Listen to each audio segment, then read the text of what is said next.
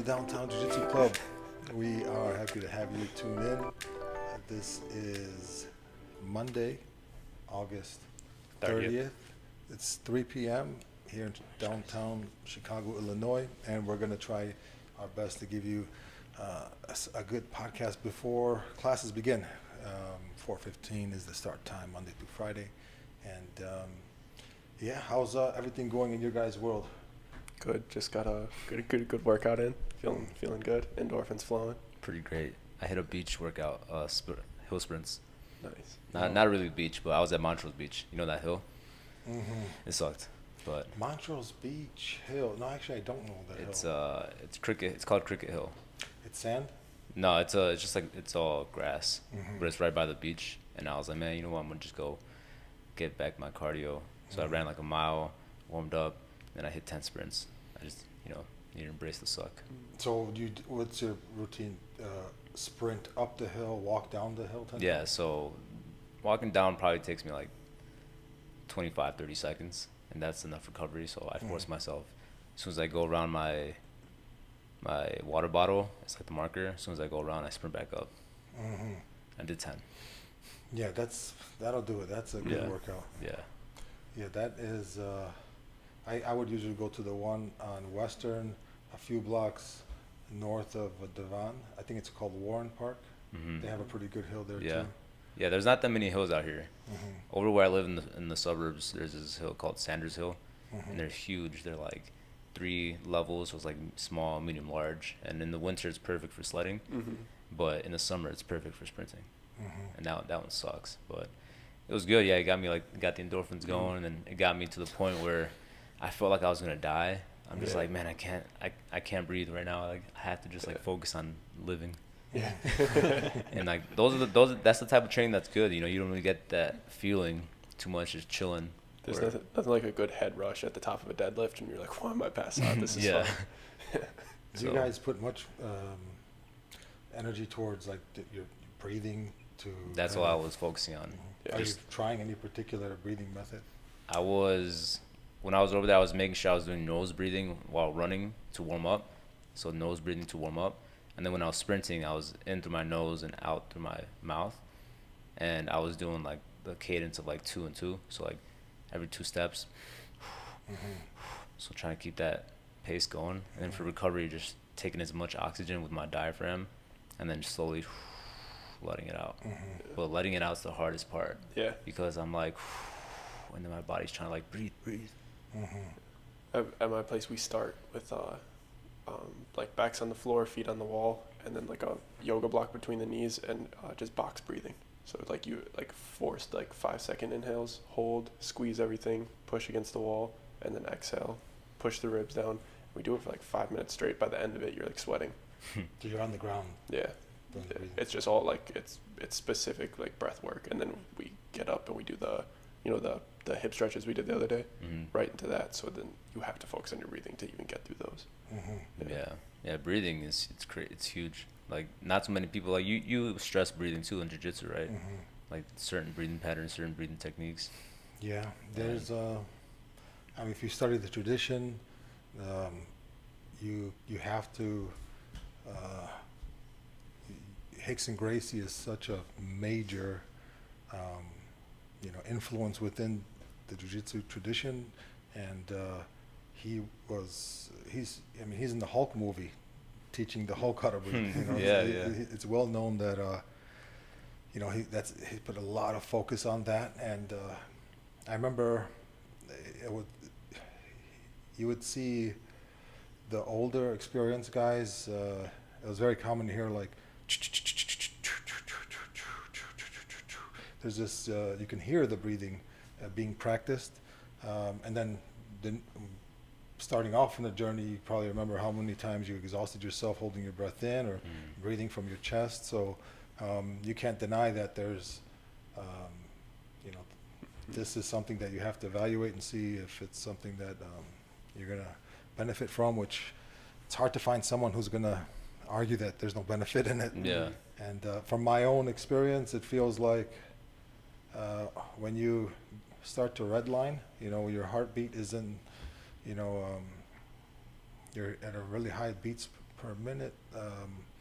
Sometimes your mind gets foggy, and a few solid breaths starts to clear the fog in the mind and give you a feeling of, okay, I can recover. Recovering actually is that's a skill. Yeah. You know, like the fights we had this weekend was Jake Paul fought Tyrone Woodley, and I don't know if you guys saw, like in the fourth round, I think it was, Jake was visibly looking tired. I mean, it's to be expected. It's a new experience, right? He knocked out his first few opponents pretty early, and now just going into the later rounds, that being uncharted territory, that's going to cause some level of fatigue for most people. But he ended up finishing the fight, you know, and but that's where you'll like that could be the difference between a great and a novice. You know, like some people are great until that first win. Yeah. You know, but it seems like you know, the champions recover very well. It becomes a part of the training. I remember Clark Gracie, you know, encouraging Tabata training, where you're basically pushing super hard for a short duration, and then you recover, and just back and forth, and that kind of helps develop that, because that's what the match is going to be like. You're not going to just walk through everybody in a minute, right? That's what I was trying to replicate when I was doing the sprints, especially today. Trying to get to that red line, and then visually in my head thinking, okay, like this is the point where I'm like going for a shot, and I have to reshoot again. But he sprawls on me, so I had to keep going. You know, I had to recover in that whole process. And that is gonna defeat some people. Just the fact that they're pulled into a tempo that they can't keep up with. And remember George St. Pierre, they can't handle my rhythm. You know, and that was true. Like, he had a rhythm that exhausted people. And if that is something that you're strategically preparing to do, and if the other guy don't have a gas tank, that might not be a technical error. It just might be the pace was too much. Yeah, exactly. From the UFC card, this one guy, his name's Andre Petrosky. He was on the Ultimate Fighter this past season, but in his post fight, he was like, he brought it to attention. He's like, I have a 7-minute wall, because he's like a beast grappler. Like, he throws dudes around, and then at 7 minutes you see it. It's like everything just falls apart. But this past fight, you saw it falling apart, and he pushed through, and he actually spoke about it in his post fight speech. He's like, dude, I hit it. He's like, it's no secret. It's 7 minutes or bust for me. And he's like, in this one, I pulled myself together, and he finished him at the like late second. But it was interesting seeing that, and like him acknowledging it. Like, I got 7 minutes of fight, and that's it. Like, but ragdolls dudes for 7 minutes. Yeah, that's it. It's pretty cool with now the access to athletes probably like never before with social media, and how content creation has become, you know, so influential and for so many reasons, that people are sharing these insights. You know, Mike Tyson has a podcast sharing what was going through his mind, when all we used to see is just this killer coming out to do his work. But yeah, there's I think a lot of value in that, you know. And you see like regular kids, like regular athletes being like, oh, I like fighting, then having access to everything they need to get good at fighting, opposed to before it was really hard to find a good teacher, really hard to find a good coach. And now it's like, it's all here. Yeah. Especially if you're a YouTuber with a bunch of money, you're like, oh, who's all the best dudes in every genre here? I'm hiring all of you full time. Yeah, you know, it was something interesting. I heard in one of those promotion leading up to the fight, I think it was his coach, one of his coaches, saying, "Oh, he just wants them around champions. Just like, doesn't matter what sport it is or whatever, just like that, to be in that, around that champion mentality." So if you have that champion mentality and you have the resources available, it's no surprise that how good he's gotten. You know, and it's him and his brother. They are good athletes, just in general. Either they wrestled or, you know. You have to respect him though, because I wouldn't fight Tyron Woodley today. You know what I'm saying? Like, would you? I wouldn't fight. Like, no. I wouldn't fight Tyron. No, not at all. So it's like, anybody that was saying anything against him, it's like, hey, you go fight that dude. Yeah, and it's interesting. There was a statement made where, you know, Muhammad Ali was for one generation, that was the standard, and Mhm. then there was Mike Tyson, and now Jake Paul. It's a big leap. Dude, But- he's 23. Yeah. Oh wow. Yeah. He's 23. But as far as like the captivation, Yeah. yeah, I think there's some truth to that, because especially for the younger generation, where I guess probably the fan base is probably looking at him the same way I used to look at Mike Tyson. Yeah. you know? The amount of jealousy that like gets thrown at that dude too. Like you see it all the fighters. Any question comes up, like you see the jealousy like pouring out of them. Mm-hmm. Yeah, yeah, and I'm sure that's a huge dynamic in Mhm. all things in that business, right? Like it's people who pay just to see him get hurt because Yeah. they are. And a lot of the guys could probably beat him. Like a lot of the dudes that like you see get really mad. It's like, yeah, you probably beat him in a fight, but Jake won't fight you until it's like exactly on his terms, because it's like he holds all the cards. Mhm. He's like, I'll fight you, and I'm ready when you're getting older, when you're hurt, on this day in this country. You know what I'm saying? Like, Yeah. under this rule set, like, I wouldn't be surprised if he makes Canelo fight him in an MMA fight. You know what I'm saying? Like, you know what I'm saying? Like, That'd he'll, be so like goofy. he'll get there, and then he'll switch the narrative to, you're not even a real fighter. I'll whoop your ass in an MMA fight, and he's 30 pounds heavier, and he'll wrestle Canelo. Like, you know what I'm saying? Like, Yeah, That'd be I mean, terrible. ultimately it's entertainment. Yeah. We're being entertained. We're tuning in.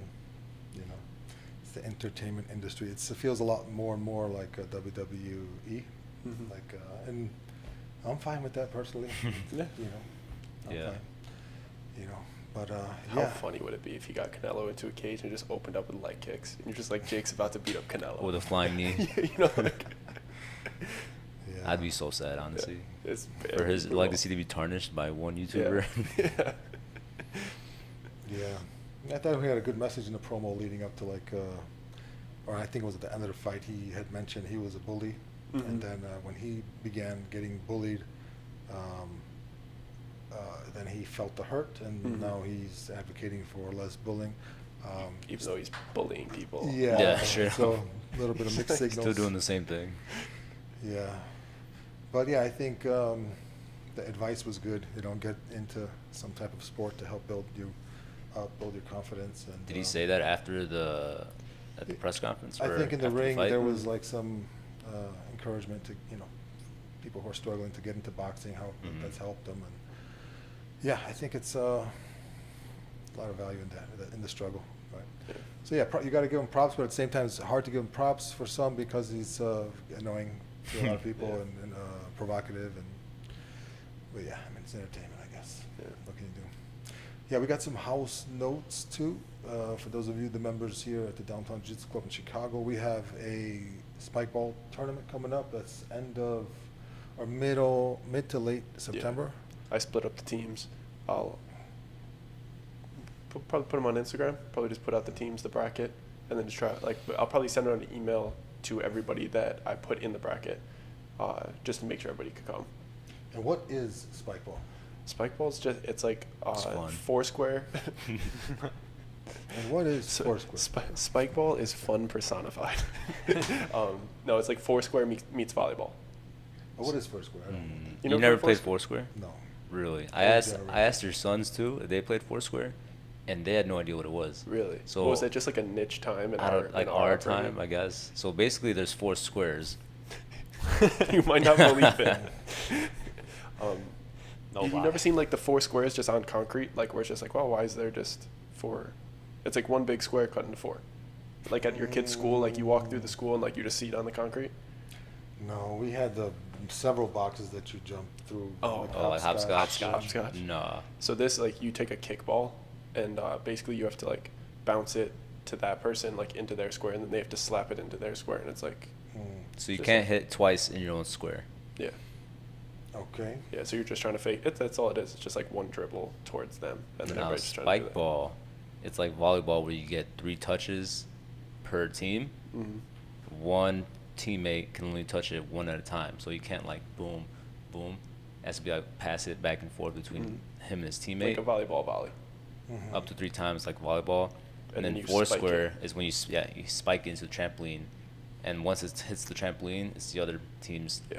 turn. That's the equivalent get to it. hitting it over the net in volleyball. You have to hit it into the net. You can finesse some shots, like be like sneaky about it, like barely touch it, so it like hits off like a couple inches off the trampoline, forces the other team to really like dive for it, and then it gets really fun. Yeah. Okay.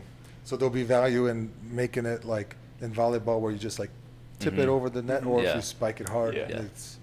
I got it. We definitely need to do. Everybody needs a couple of practice rounds. So like when the tournament comes, it's not like, oh, like you don't know the rules to start. What are we winning? I don't know. I'll figure it out. All expense paid vacation. Probably. So the teams, they can show up before class, after class, and get some practice on the. I suggest coming to cohort time and running spikeball.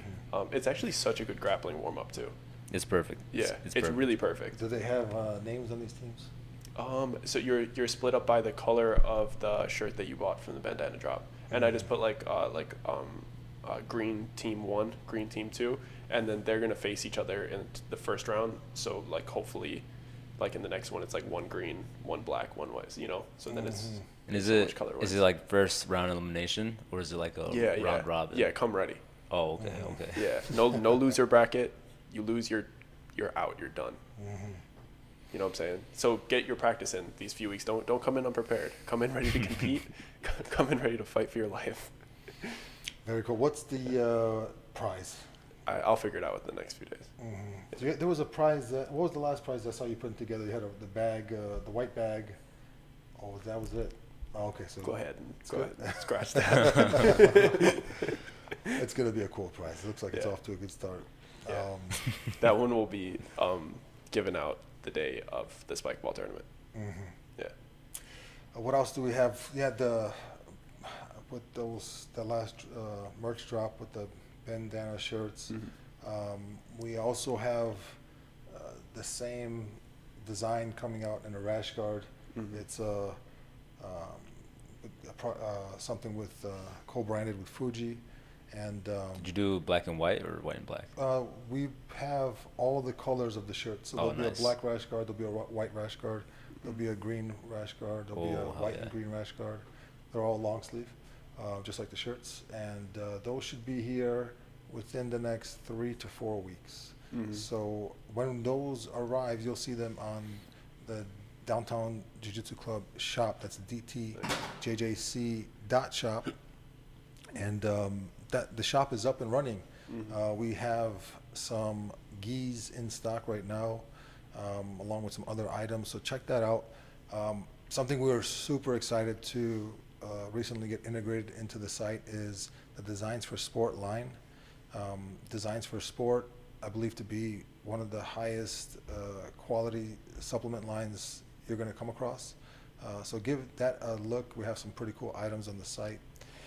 And that's going to be my catalyst for getting things in my life back into a solid routine. Everything's been super, super inconsistent with exercise and just daily nutrition. So I'm going to start with a personal challenge. I'm going to try to start simple, but something that's worked to kind of reignite me in the past is just make sure I'm finishing a gallon of water every day, and carrying it with me. Yeah. The psychological side of just like knowing that I have accomplished something, or how far do I have to accomplish today's goal. And to me, that has been helpful for, if that is on my mind, then what I'm eating is also a little bit more in focus, and then my training becomes more in focus. So keep me accountable.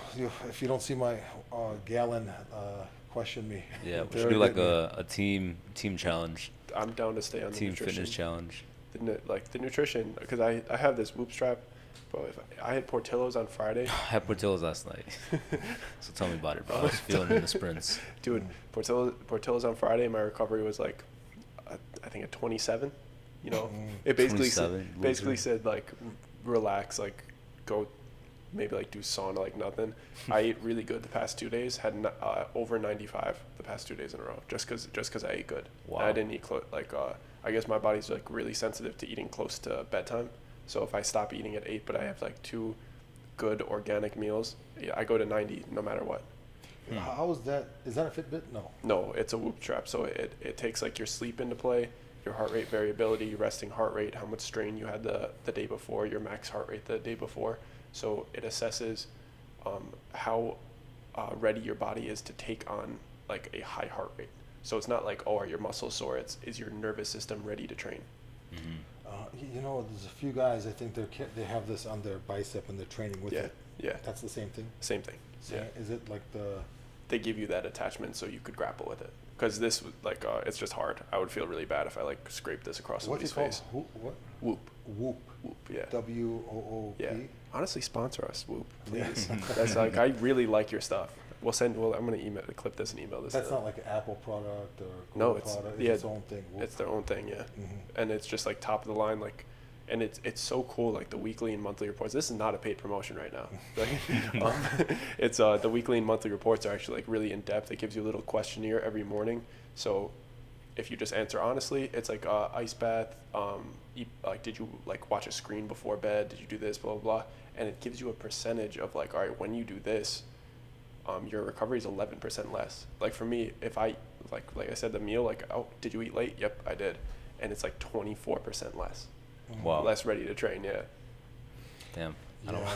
I don't want to see mine. Ice bath shoots it up too. It's Yeah. like plus 11% every time I take an ice bath. I wonder What's like icing the else. cost for one of those? $30 a month. Also subscription based. Yep, subscription based. So you're paying for the analytics and stuff that's Yep. running through there. How about the device itself? I think when you sign up, you get the device for free. Oh, Okay. really? So I'm they send it pretty out to sure. you? If you use my sign-up Discount code. code. No, I actually do have a referral code. So I think if you use a friend's referral code, you get the device for free. I do, I swear.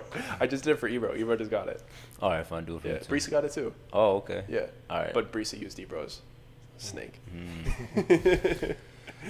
Yeah, all that stuff adds up, right? It's more consciousness of like your decision making, Yeah. Yeah.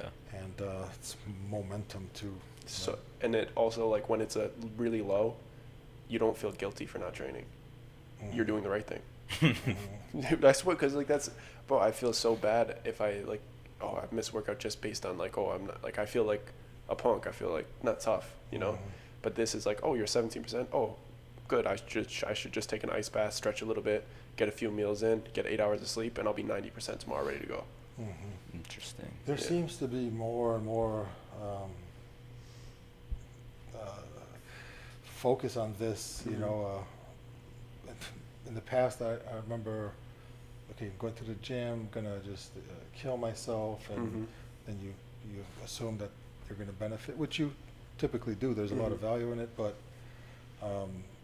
then every now and then you get sick. You end up getting You overtrain. Yeah, you get your immune system feels like Yeah. it's taking a toll, but you're still eating healthy. You're exercising, and you think it's going to lead you to being healthier, but sometimes you know, these things. I'm seeing there's just a lot of strength trainers pushing the philosophy of like doing less. You know, just more consistent volume instead of like trying to get it all in one session. Yeah. Yeah. Let me ask you, because this on the questionnaire is like, did you consume caffeine the day before? And then how many servings? Say you started doing it and, oh, you did 2. So you have 3 coffees sometimes, right? Yeah. If you do the 3, what if it says like, oh, your recovery's 40% less? When you do that, would you start to cut out coffee? Yeah. I think then you're forced to figure out what's more important to you. Is the coffee that important, or is it the benefit you're looking for, or the health?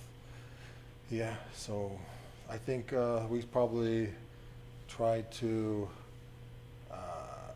lie to ourselves and not want to think about those questions sometimes, but I used to rely on CBD a lot for like just pain relief, and it affected my sleep so much. I wouldn't get it was either REM or deep, I forget which one. I think it affected my REM sleep, I'm pretty sure, which is kind of like what restored, like makes your brain not foggy, you know, kind of filters your brain, whatever. And it was like so bad, like, be like, hey, like you only got 10 minutes of REM sleep, you're supposed to get like an hour, you know. So yeah, every time I would have CBD, so I had to take it out. that's Really? interesting because that's usually marketed for sleep Yeah. aid, Yeah. right? Oh, it would make me sleep, like my deep sleep was good, so body restorative was good, but my REM sleep, I would wake up foggy and like when your eyes feel puffy and like you feel like okay. you know what I'm saying, like little kid, like when you're like young and you get woken up too early and you're just like, I can't even open my eyes. I could see that then. You know what I'm saying? With the CBD just like affecting you like that. I remember hearing, I never confirmed this, but it's something I've on that topic. Remember hearing those pharmaceutical pills that are used to make you go to sleep. What's the name brand one? Melatonin? Melatonin. No, it's a actual drug. I know what you're talking about. Ambien. Ambien. Yeah. Like you will sleep, but you're not getting the benefits of the sleep. Yeah. That's I don't know if that's true or not, but I remember, and that would kind of, I would imagine, tie into that, maybe not getting the REM sleep. Yeah. Yeah, It'll put you out, but I was just hanging out with this one person the other day, and they were telling me like they have like coffee to wake up, like melatonin to go to sleep. I told you this the other day, yeah? Yeah. Melatonin to go to sleep, laxative to use the bathroom. Like I'm like, so every function that is a regular human function, you take an aid for it, like to make it happen. Like it didn't make sense to me. Man, that's crazy. And then to think a lot of people are living like that. Yeah. It can become psychological too. Right? Like you can't do this without that. Yeah. I used to not be able to go to the gym without taking pre-workout. Yeah. Same. Yeah. Or like not even pre-workout, like a pump product, just for really? just like the psychological effect of like shotgunning it. You know, like now I'm ready. Yeah. Heart rate spikes, like you're ready to go. Yeah. Yeah. But You ever take the things that make you sweat? What are they, the vascularity ones? oh, the nitric oxide stuff? no, those don't make you sweat. Those just like get more. It gives you a bigger pump. That's what I used to take. Which ones make you sweat? Like fat burners. Yeah, you ever take those? Ephedrine? Ephedrine. It might be ephedrine. That might be actually what it is.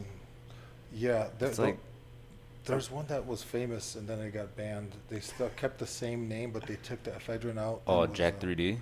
No. Hydroxycut. That. Yeah. I took that when I was fat. I was probably like 14 or 15. I wasn't like fat, but I was that like. Makes me feel so bad for young poor Jorge. I was on my way out from being fat, and so I'd succumb to all those fat burners and stuff like that. Maybe that's why like I don't take stuff like that no more. Yeah. Cause it just messed up my heart now. Yeah. But I used to take that and like it gets you sweaty, but it gets you like really amped. Yeah. Today's gonna be the day. I'm starting late, but I'm gonna get a gallon in me. That's the plan, and every day. And feel free to interrogate me and shame me if. You can see you on your motorcycle, just a big jug of water on the side. That's what I gotta figure out. I gotta we'll probably stock some here. We got that the filter. What's Brita? No, that's not Brita. Berkey. Berkey, yeah. But I think we needed a bigger one. So yeah, I'll be walking around with the Berkey around here. Yeah. What's your go-to very healthy meal that like makes you feel the best? Oh, you like that place Goddess right here, right? They have some nice decent options. I actually like the one, Beatrix Market. I've never been there. Yeah, they have a lot of fresh options. But do you like do more salad or something, or what do you do? When you like eat healthy, like all right, I'm gonna start broccoli, lean meat, chicken, typically broccoli. I try to have a balanced meal. I basically eliminate the bread and eliminate the carbs for the most part, and try to eat more vegetables, more fiber. And do you get more energy from carbs or more from the meat and then the like sugar? I think having sweet potatoes and light. If I eat too much, then I feel more lethargic, and I don't think it matters as much of. It's just that it could be healthiest stuff, but if I overeat it, then it's not so healthy anymore. But just as far not feeling like crap, I think for me the bread, the sugars is an addiction. It's used for maybe just entertainment and feeling better. Like a comfort food. Yeah, and even maybe maybe the sleep quality is not doing well. Maybe the stress level is not being regulated, and then before you know it, like energy levels just overall are low, and it becomes a quick fix. You know, let me get a coffee and then let me have a sweet with it, and then next few hours, you're good, you know. But it's not healthy. I think you're probably burning, something suffering, so I think the 30 days, 1 gallon minimum, I think that's going to help kind of restore the balance a little bit. Yeah, even I find when I drink a lot of water, like when I'm a guy on the water day type stuff, that's when I feel like I'm not even as hungry throughout the day. Like I like to munch on snacks. I like to snack. I'm like EJ. Yeah. But if I drink a lot of water, I notice I'm like, oh, I'm good. Like it keeps me it keeps me full from my last meal all the way up to like my next meal. And I'm like, man, that's pretty interesting just from drinking water. Sometimes when I'm hungry, I think I'm hungry, but I'm just thirsty. Yeah. You ever get that feeling? Yeah. Hungry I mean, eyes. one thing that I do every morning, I just like order Smart Water 36 packs from Amazon on a monthly schedule, and I have a mini fridge in my room. Highly recommend it. Every morning I just have a big ass 24 ounce of Smart Water with a liquid IV in it. Liquid IV was a game changer for me. Because I get I was just talking to Derek about it the other day because he got like this stomach sickness. Like when I was younger, I would get dehydrated just because I was just like a super hyper kid and I didn't know that water was important. Yeah. So I would just live, play, just do all this stuff, and then I would get really sick and I'd throw up for a few days. But it wasn't a bug; it was strictly dehydration.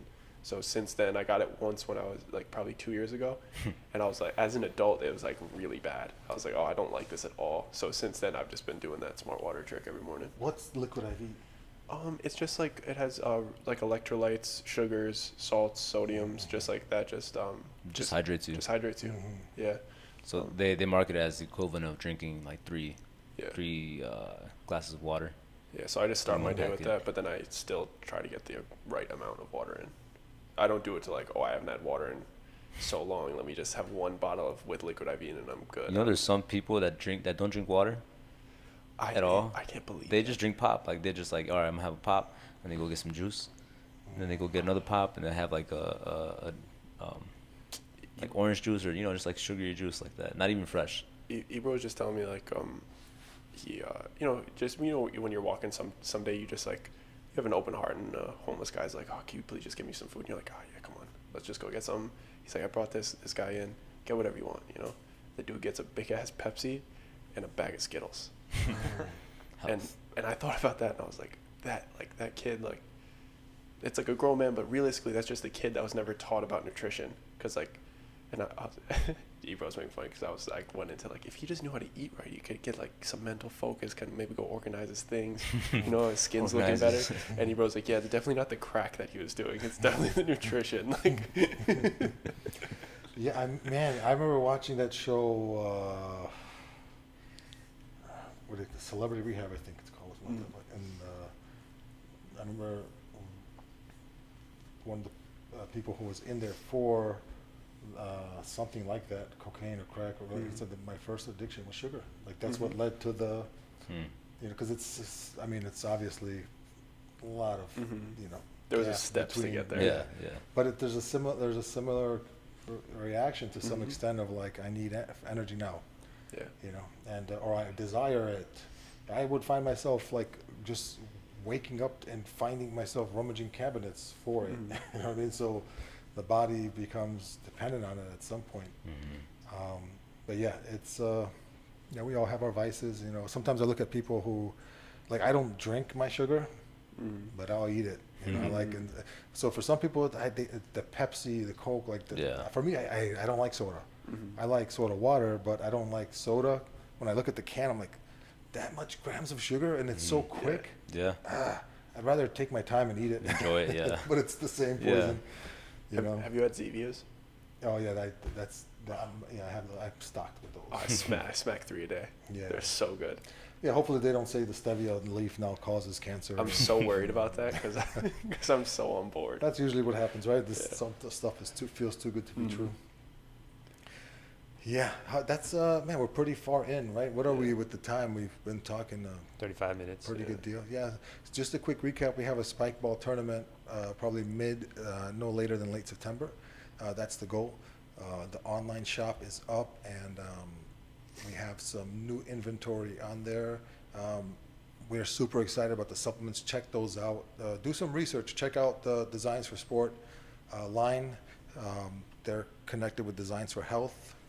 I make the claim that I believe that they're of the highest standard you're going to find. So quality.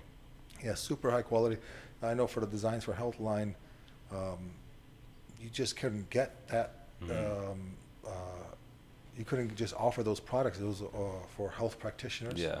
So they gave us some access to a path towards earning a certification in nutrition, basically essentially becoming a nutritionist. I still have some work to do on my end. I'm chipping away at it slowly. Starting with the water, though. Yeah, we'll take it one step at a time. But I've been personally taking those supplements over 10 years through my friend Chris Grayson, who was one of their distributors. And yeah, I love it. So yeah, check that out. And what else? Did we have any other? Shout out to John getting his blue belt this week. There's quite a few members who are overdue for their promotions. Here internally, obviously, with like the rest of the world, we've been shifting things, and the promotions, we're basically long overdue. And now we're having discussions, maybe a promotion ceremony at some point soon might be the play, or we'll just start chipping away after class little by little. It seems like we'll start chipping away little by little just because people are so long overdue. Now, like promotions, maybe we can talk a few minutes about that, right? We have a little bit of time. Promotions, that's something pretty interesting as far as like, what's the value ultimately? We're talking about a stripe on the belt. That's athletic tape that we get for like 50 cents a roll or something. Yeah. It's the acknowledgement. The acknowledgement of the work. Like a checkpoint in your journey. Like, all right, boom. Yeah. And some of these dudes, just from when I've been working here, like some guys got a lot better. Oh, yeah. 100%, bro. Yeah, like a lot 100%. better. Yeah, that's the best part of this whole experience, I think, is seeing that. Seeing like skills being developed and people basically evolving. And I think that probably hits it on the spot. Like in the instructor program course, over the years, we've talked about this and tried to have a dialogue and debate. Like, okay, when we weigh it all out, like acknowledgement is definitely huge. I think on the base level, that's what we're looking for. Acknowledgement. We want to be acknowledged. We want to be heard. We want to be loved. Ultimately, so I think people are doing so. They're sacrificing, and they're. It feels good to know that you're heading in the right direction, right? But sometimes there's some other things. Sometimes the people come in for that. That becomes the primary focus. Yeah. It's not really about the skills. It's about like the status. Like how fast can I When get someone a black belt? calls. How fast can I get a black belt there? You ever picked up a phone over here? A few times, yes. Yeah, what's the fastest anybody's ever gotten a black belt? And I'm just like, and my answer's like, I wouldn't really worry about that, man. Like, probably worry about just coming in once. Yeah, this might not be the art if that is what the primary motive is to get a black belt fast. This is actually arguably the slowest martial art to get a black belt in. Because it's developing grappling strength and like developing like the very unique things. Yeah, there's so many more positions to explore. Do you ever I was thinking about this the other day, and you ever think about like how you were as a person at different stages of belts, and like how like jiu-jitsu like helped you develop as a person also? Like white belt me was doing these things, blue belt me was doing these things, or at that point of time, when I first got my blue belt, I was training a lot, or stuff like that. Does that ever come across your mind? Yeah. I've noticed a very particular, looking back, there's one particular moment I realized how this journey has changed me. I used to play basketball every day after school. That was a passion in high school. That was the number one focus, trying to play in college. And basically, it wasn't in the cards, so in high school, the shift started to turn towards jiu-jitsu. And there was a high school reunion for the basketball team recently, like probably a couple years ago, actually. And I haven't played in years, but old friends are going to be there. I want to be there. So it's going to be a good time. So my mind now, after doing jiu-jitsu for, the last 20 years, I started to look up Larry Bird instructionals. Now, instead of just going to the park and playing off of impulse and instinct and just put the ball in the hole, I'm like, all right, how do you do those moves? Yeah. Now, so basically appreciation for technique. Learning how to ride a motorcycle, like appreciating the technique in that, action. So I think for me, over the years, that has kind of shifted more and more, just the appreciation for knowledge, the appreciation for technique. More and more that just became more valuable in my life, more clear in my life. But then I think depending on our age, when were we a white belt? That would probably, I was a teenager in the, teenage mind. And so I think, it's basically gonna complement any effort to become a better version of yourself, because you're forced to deal with everything we got to deal with, right? You got to deal with the truth, you got to deal with reality, you got to deal with struggle, you got to deal with problem solving, you got to deal with your physical state, your emotional state, you got to deal with, pretty much everything. So I don't know where we are. I'm in one of my tangents. I went off course.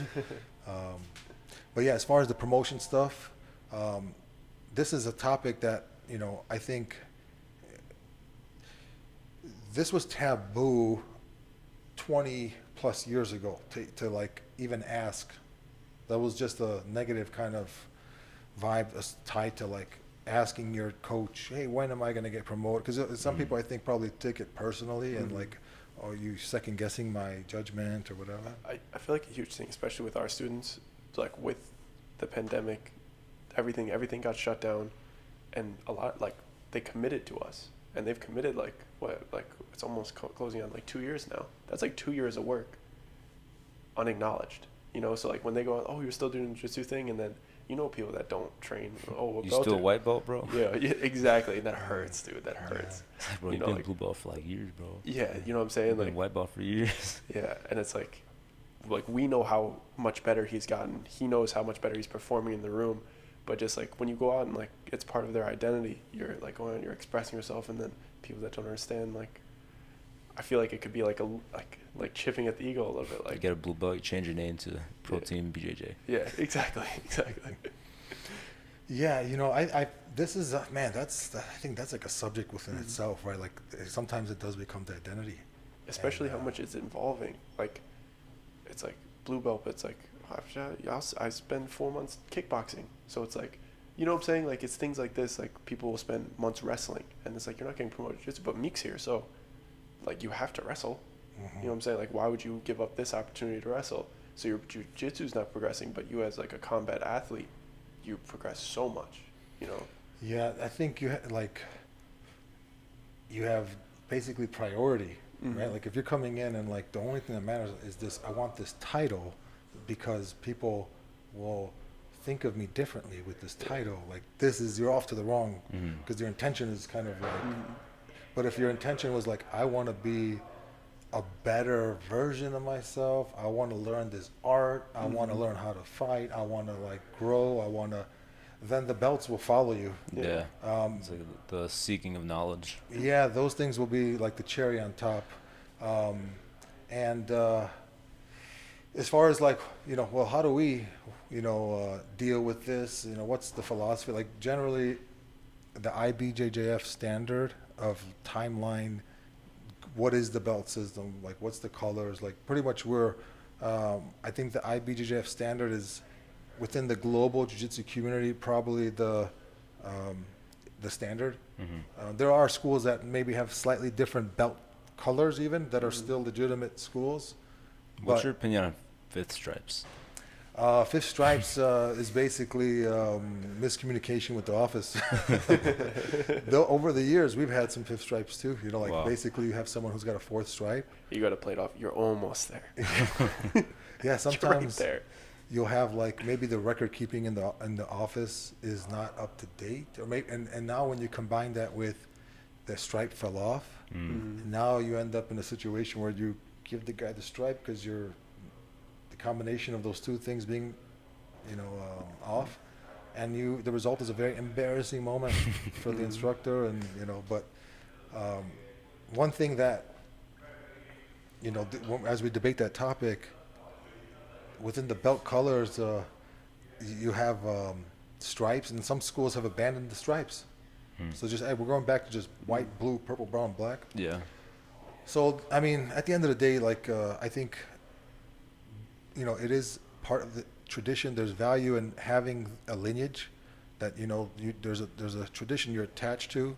I think it's healthy for the school to now you're aware, like, those are the experienced people. These are the inexperienced people. The belt color kind of helps paint that picture. I think where it can get toxic is if the experienced people start treating the inexperienced people differently because of that. Yeah.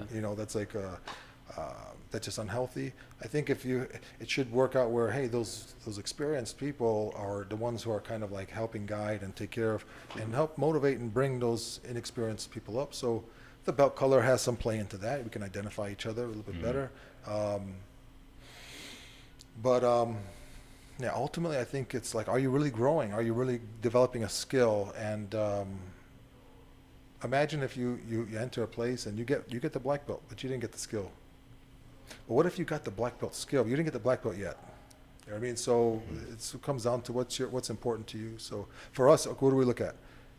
Okay, your attendance, the amount of time, like how long have you been training, like from start to now? It's blue belt. So for example, roughly like it's going to take at least 10 months to get a blue belt, and that's like it's accelerated, but on average, like a year and a half is I would say the global average, year and a half, 2 years. I mean, so for us, there's going to be there's a minimum amount of time. I think IBGF is 8 months, I think. So I've got to double check that. But how much time and how much activity in that time? How many classes did you come to? But I don't believe in like, all right, you have this many of classes, now you're entitled to this strike. No, everybody is different. Not everybody develops at the same pace. Not everyone's here with the same goals. So there's a lot of case by case, but what helps us make those decisions is the time, the activity in the time, the technical development, the attitude within the walls. Because if you're developing the skill, but you are, a negative influence within the school, how can I be a negative influence? Maybe it's, being the last person someone wants to drill with because, you're too rough around the edges. It could be physical rough. It could be an etiquette rough. You're rude. You're mean to people. It could be, you stink physically, like the geese stinks consistent, like, because what happens is with these negative characteristics within the school, the higher that they get elevated in rank, they become more of something that people look to as a guide. It's like, oh, that's the way, follow his lead, So that's where you're going to have differences on, between schools. But generally, time, activity within the time frame, how good are you at performing the techniques with resistance, and as a drilling partner, that's ultimately the major factors in promotion. What do they call somebody who's like low ranked, but good, a sandbagger? Yeah, that's what it's called, right? Sandbagger. Like you'd rather be a sandbagger than like an easy round. Mm-hmm. You know what I'm saying? Like. Yeah. The restaurant. Yeah.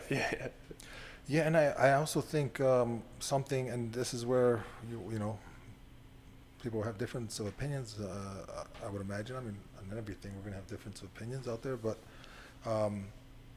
if these things start to bother you in a negative way, if you see someone who gets promoted and you're like, man, I can make him tap, or you start comparing yourself to other people, there's you might benefit from doing some more research on just knowing yourself better. Like, why does this make you jealous, or why does this, or envious, or just any of these negative energies? We all deal with these things as humans, and if we can find a way to channel them towards, like, all right, I'm gonna put in more work. I'm gonna just give people less reason not to promote me. So there's a healthy way of channeling those thoughts and energies, and there's also an unhealthy way. Over the years, you'll see people, just they're looking like outwardly instead of inwardly. That's what it comes out to, man. You go to a tournament, you lose. Some people, they reflect and they do the homework, and they're honest, and they try to look to see where they can improve, and they improve. Some people are going to look outward. It was the ref who got me. It was this bag. It's just, I think we do self-defense,